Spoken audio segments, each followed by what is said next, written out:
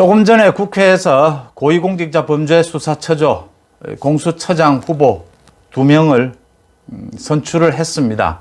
결국 여당이 생각하는 대로 여당이 강력 드라이브를 걸어서 오늘 안으로 끝내겠다라고 해서 야당목 추천위원들 2명이 퇴장한 가운데 여당 자기들 마음대로 2사람을 선임을 했습니다.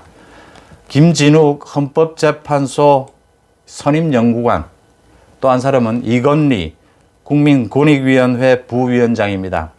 이 2사람은 모두 대한변협에서 추천한 사람들인데 여권에서 입맛에 맞는 사람들이다 이렇게 보시면 됩니다.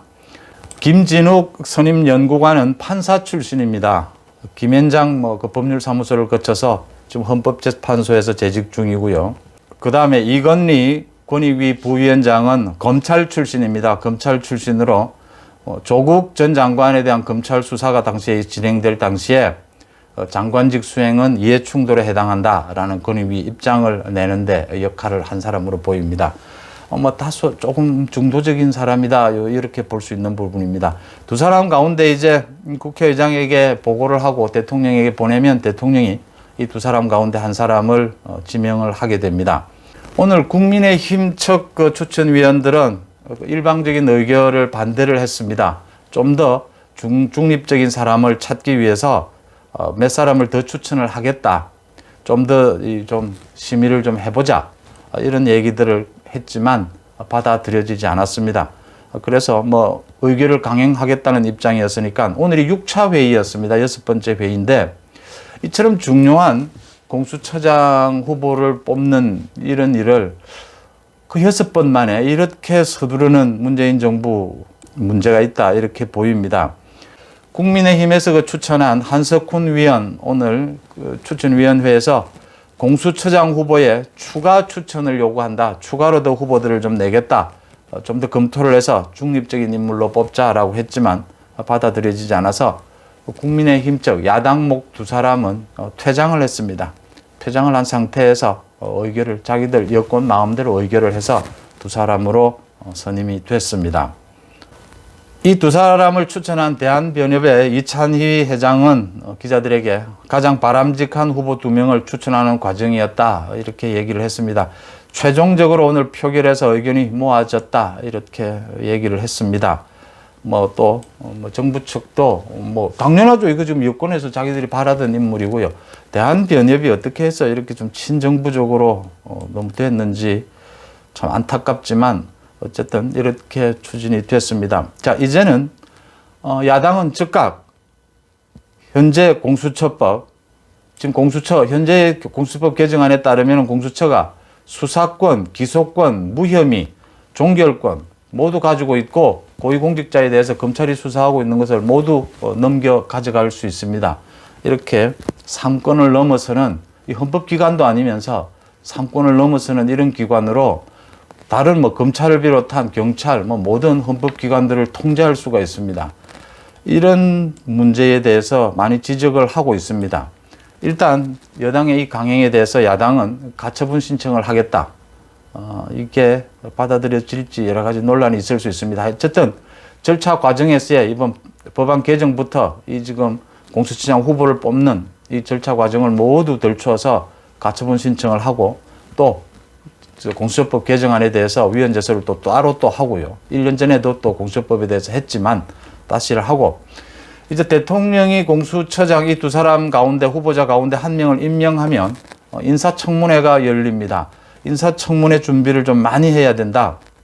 인사청문회 야당이 반대해도 대통령이 또 강행하겠지만 그래도 국민들에게 이 2사람 중에서 이 대통령이 지명할 그 사람에 대해서 정말 그동안 살아오면서 이 법조인으로서 어떤 행동들을 해왔는지를 낱낱이 국민들 앞에 보여주고 이 사람의 인격까지 모두를 낱낱이 보여줄 수 있도록 철저히 준비를 해야 된다 이렇게 보입니다. 야당은 또 인사청문회에 이어서 그다음 만약에 공수처가 설립이 돼도 또 인사위원회가 열려서 그 검사들과 수사관 임명 부분이 있으니까 그때도 따박따박 계속 챙기면서 공수처의 이 문제점에 대해서 집중 부각을 한다 이런 전략을 세워놓고 있습니다. 이게 지금 문재인 대통령도 좀 앞뒤가 맞지 않는 게, 이 공수처라는 게 지금 고위공직자를 수사하는 기구 아닙니까? 지금 고위공직자는 모두 문재인 정부 사람들입니다. 현재 살아있는 권력은 자신들을 수사할 그 수사기관의 책임자를 자신들끼리 의논해서 지금 임명한 거예요. 이 야당의 비토권을 야당과 협의를 하지 않는, 이건 뭐 한마디로 그냥 독재입니다. 이건 어쩔 수 없는 독재라고 밖에는 말할 수가 없는 거죠. 대통령 자신이 살아있는 권력을 수사할 공수처를 왜 야당이 반대하는지 모르겠다, 이런 식의 얘기를, 나 부끄럽지 않습니까? 그 얘기를 했다면 최소한 야당의 뭐 비토권은 뭐 또 법 개정으로 없앴다 하더라도 야당의 얘기는 들어야죠. 지금 이게 하루 이틀, 일주일 막 이렇게 막 번갯불에 콩 구워 먹듯이 만들어야 되는 문제입니까? 공수처가 지금 만들어지지 않으면 국민들이 고통스럽습니까? 공수처를 만들지 않으면 코로나를 막지 못합니까? 공수처가 없으면 지금 부동산 가격을 안정 못 시킵니까? 국민의 여론이 아주 나빠지고 있는 것, 지금 뭐 문재인 정부도 잘 알고 있겠지만, 문재인 정부를 지지했던 사람들도 문재인 정부의 환멸을 느끼고 있는 것은 이런 부분 때문이라고 봅니다. 이 공수처를 지금 이렇게까지 야당을 억압하고 야당을 다 배제시킨 뒤에 이렇게 설립을 서둘러야 하는 건지 모두들 이해하지 못하겠다는 겁니다. 윤석열 제거가 안 되니까 공수처에도 목을 매는 이런 일, 공수처를 통해서 또 윤석열 제거에 나설지 어떨지 지켜보겠지만, 이제 선거 분위기로, 전국은 선거 분위기로 빠르게 진행이 넘어가게 됩니다. 지금 문재인 정부는 딜레마예요. 이번에 윤석열 앞에서 완전히 무릎을 꿇었지 않습니까? 이제 딜레마입니다. 자신들의 안전을 지키기 위해서는 공수처를 만들고 검찰개혁을 내세워서 윤석열 제거를 계속해야 하는데, 그렇게 하면 할수록 국민의 지지율은 떨어질 수밖에 없습니다. 선거는 해야 되죠. 뭐 사면 초과에 자기 스스로 빠지고 있다, 이렇게 볼 수밖에 없습니다. 장기 집권, 민주당의 뭐 집권 연장, 정당은 그런 계획을 세울 수 있습니다, 전략을. 하지만 야당에게 정권을 넘겨줄 수도 있다라고 하는 그 가능성을 갖고 자신들이 열심히 준비하는 것, 국민 앞에서, 그게 민주주의죠. 야당에게 정권을 절대 주지 않겠다, 그 절대 주지 않는 장치로서 이런 독선적인 장치를 만드는 것, 이게 독재라는 거죠.